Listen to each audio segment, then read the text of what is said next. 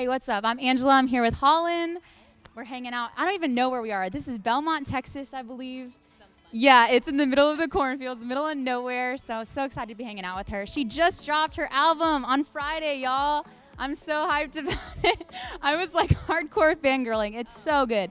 It's so good, dude. It's called One Way Conversations. And I know you've been working on it for a while. So I just want to know, like, how long have you been working on it in total now? Yeah, so I've been working on this album for probably a good year or so. And I think the past 4 years of me being on Gotee and being in that artist development season kind of put all of this together. But for the most part, intentionally, I've been writing for this project for about a year. How do you feel like dropping this record? Does it almost feel, I've heard people compare it to like giving birth to something. Does it kind of feel like you just like emotionally hauled it out there? Like, does it feel crazy? Yeah, it feels kind of crazy. I think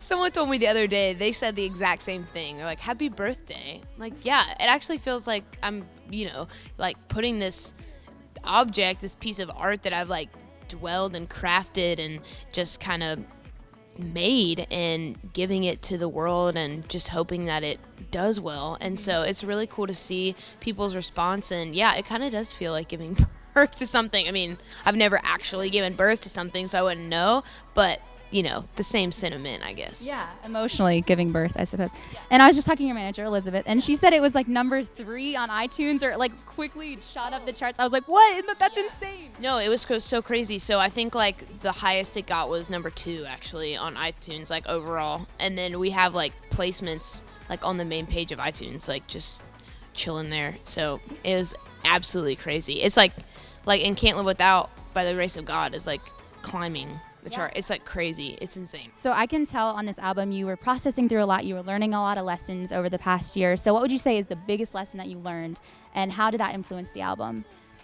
So I think the biggest lesson that I've learned is probably just the fact of taking one day at a time and one step at a time, and realizing that it's okay to not have it all together. And I've really found my voice in the past 6 months and who I am as a person, not only as an artist. And so I think that translated over into the music as well. And it's a representation of just the life that I've lived in the past year and a half. And I'm just really proud of how it turned out. I loved your tweet about All My Love so much, because everyone was kind of sounding off and they were like, is this about a boy? And you're like, guys, yes, I'm not a nun. Like, I do like boys. Like, how am I supposed to respond to that? So I just wanted to get like your reaction, because I loved it so much. Yeah, can I hold this for a second? Go ahead. Okay, so She's gonna go. No, I'm not gonna go off. I just so All My Love, I wrote about a relationship that I was in and about like a friend that was very close to me in my life, and kind of like talked on and off for a long time. And it's just that feeling you have when like you click with somebody. Like everybody has experienced that. If you haven't, you will. So it's a part of life. And so everyone was like, dude, is this girl even a Christian? Like, why is she writing songs about boys? And I almost like, the inner part of me just wanted to like yell, but on the outside I was like, you guys, it's okay. Like, I'm 20 years old. Like, if I don't like get married, like, I'm not a nun, you know what I mean? So I just tried to find the most like appropriate way to like say that, but it was just funny. And I get it. I get why people would be kind of like, oh, this is out of the blue, because I haven't done anything like that before. But it was just funny to me. So I just wanted to make it fun and not be too concerned about it. Yeah. So you said this is the realest collection of songs that you've ever written, and I can see that, like that honesty in them. So do you feel like at any moment it was uncomfortable for you to be so honest, or was it easier because it was through song, or how do you feel about it? Because there's specifically a song, the song Girl. I love the line where you're just like, sometimes like I do feel lonely at night, and I feel lonely like being on the road and stuff like that. So how did you feel being that honest? Yeah. Being that honest for me really wasn't that difficult, because I had a lot of things bottled up that I wanted to say. And so when I had the opportunity to say it, it was kind of a blessing, because I could just release all of that. And I don't mind people knowing what I go through and what I struggle with.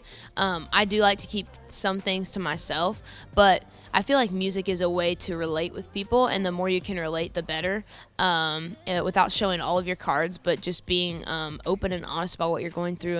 And so, no, it wasn't that hard for me. I think the past couple of days since I've realized, wow, my album's out and people are listening to this, like, oh man, what are people thinking about it, or do they like the vulnerability, or is it too vulnerable? But I'm proud of what we put out and what we worked on, and I'm not afraid of it. Amazing. So great. So pick a color to describe, or if you had to pick a color that you'd say like identifies with your album, because I think color is such an interesting thing. What would you say? What color describes One-Way Conversations? Blue. Blue describes One-Way Conversations 100%. Because blue is calming, but it's also like super moody and it's vibey, and you could do literally, blue just sums up a whole bunch of different things. And to me, it also sums up the water.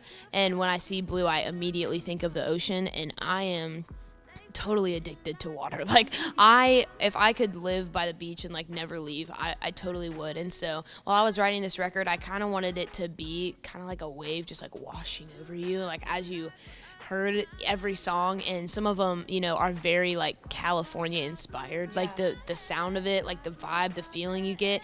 And so I just really liked the fact that it reminded me of that. I hear that on that record.